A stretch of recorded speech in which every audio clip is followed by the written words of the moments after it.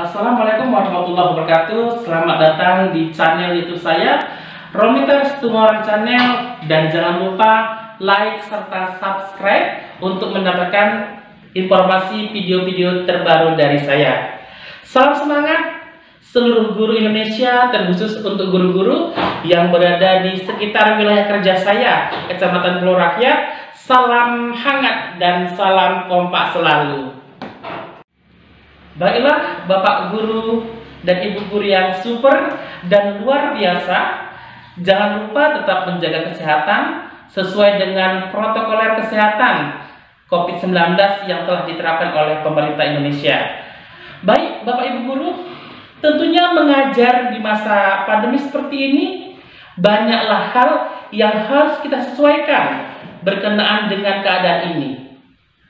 Nah, penggunaan alat-alat yang berkenaan dengan pendidikan revolusi industri 4.0 tentunya akan menjadi sesuatu yang akan berkaitan erat dengan kita mengemban tugas selaku pendidik.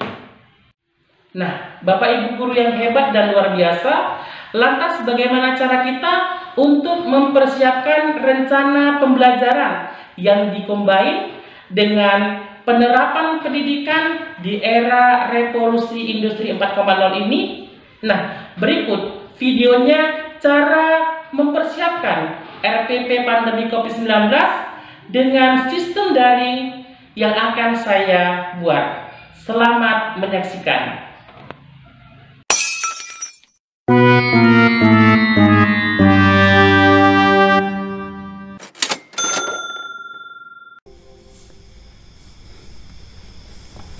Bismillahirrahmanirrahim. Bapak Ibu Guru yang hebat dan luar biasa, berikut adalah cara membuat RPP daring oleh Romitar Holomon Sumorang SPD. Baik, sebelum kita lanjutkan, kita harus mengerti apa itu RPP daring. RPP daring adalah rencana pembelajaran yang dilakukan tanpa tatap muka langsung dan penyelenggaraannya tentunya memanfaatkan akses jaringan internet. Itulah pengertian RPP daring untuk mempermudah kita dalam pembuatan RPP daring. Nah, untuk membuat RPP tentunya kita harus mengetahui manfaatnya. Agar apa? Agar kita akan meng-create bagaimana RPP tersebut memang benar-benar bermanfaat bagi kita dalam melakukan pembelajaran. Nah, beberapa manfaat yang dapat saya simpulkan dari membuat RPP daring ini adalah yang pertama, tentunya untuk mempermudah guru membuat alur pembelajaran terhadap siswa, sehingga tujuan pembelajaran yang didapat tentunya akan menjadi lebih maksimal.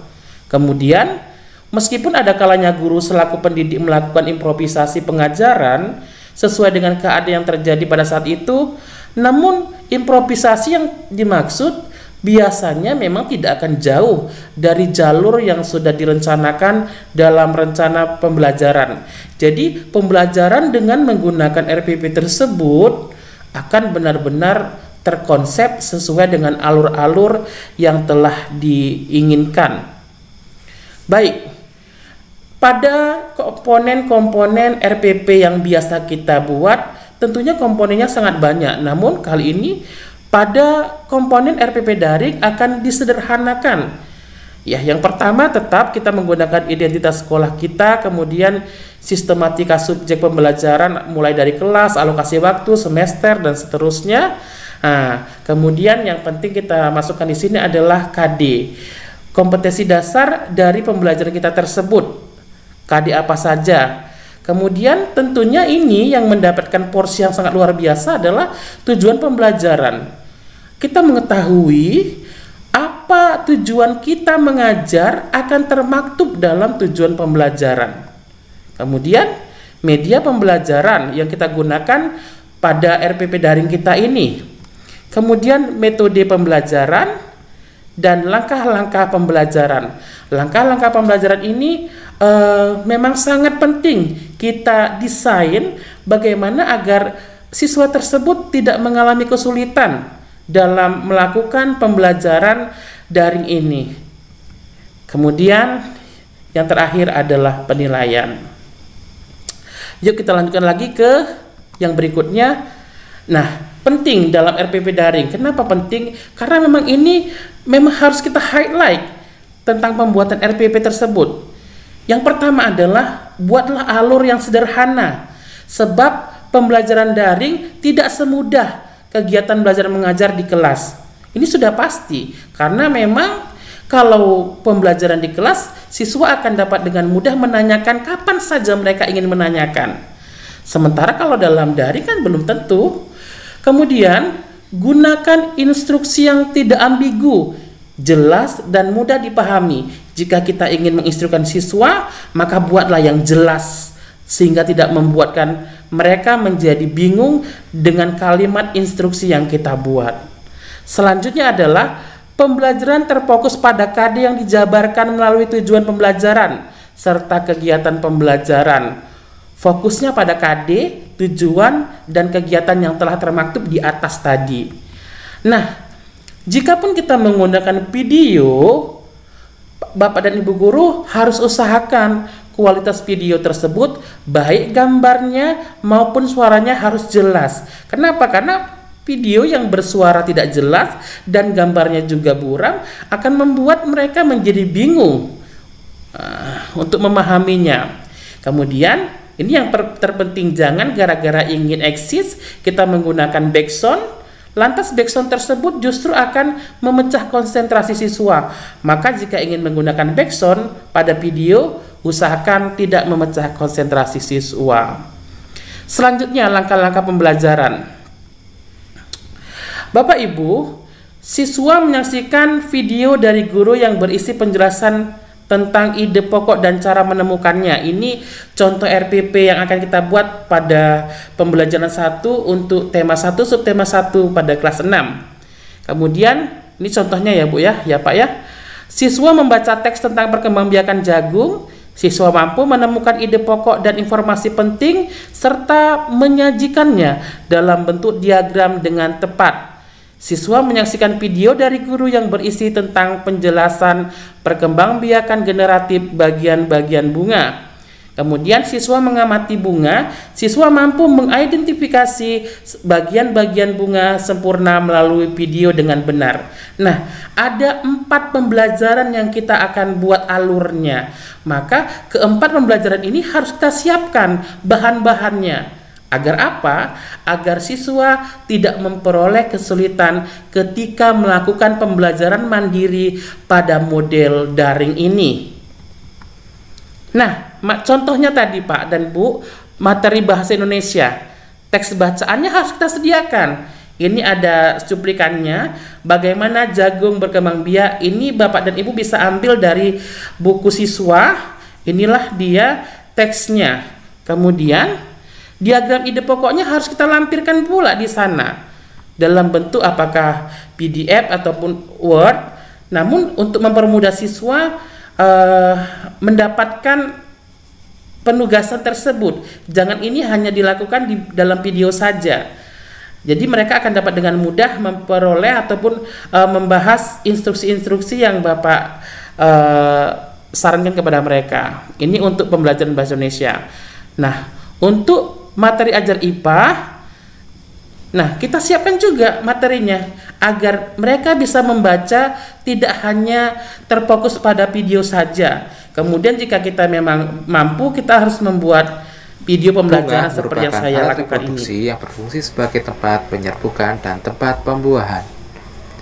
Bunga terdiri dari 2 alat kelamin jantan pada benang sari dan alat kelamin betina pada putih. Nah, itulah contoh video pembelajaran yang memang akan mempermudah mereka untuk mempelajari materi yang telah kita berikan baik dalam bentuk PDF ataupun Word. Nah, evaluasi dan instrumen penilaian ini sangat penting Bapak dan Ibu. Kenapa? Ini sebagai acuan penilaian siswa sejauh mana keberhasilan pembelajaran tersebut didapat pada rank mana, apakah rank siswa tidak mampu atau siswa sedang-sedang saja atau siswa antusias dan mendapatkan apresiasi yang besar. Nah, Buatlah instrumen penilaian untuk KI 3 dan KI 4 serta tunjukkan kepada siswa agar siswa menyesuaikan pekerjaan mereka dengan rambu-rambu yang tertuang pada instrumen penilaian. Misalnya ini, penilaian bahasa Indonesia menyebutkan ide pokok untuk setiap paragraf dengan benar, ada atau tidak, maka mereka akan mematuhi rambu-rambu ini Bapak Ibu. Kemudian pada pembelajaran IPA, mengidentifikasi bagian-bagian bunga melalui video. Artinya mereka akan membuat video yang isinya adalah mengidentifikasi bagian-bagian bunga.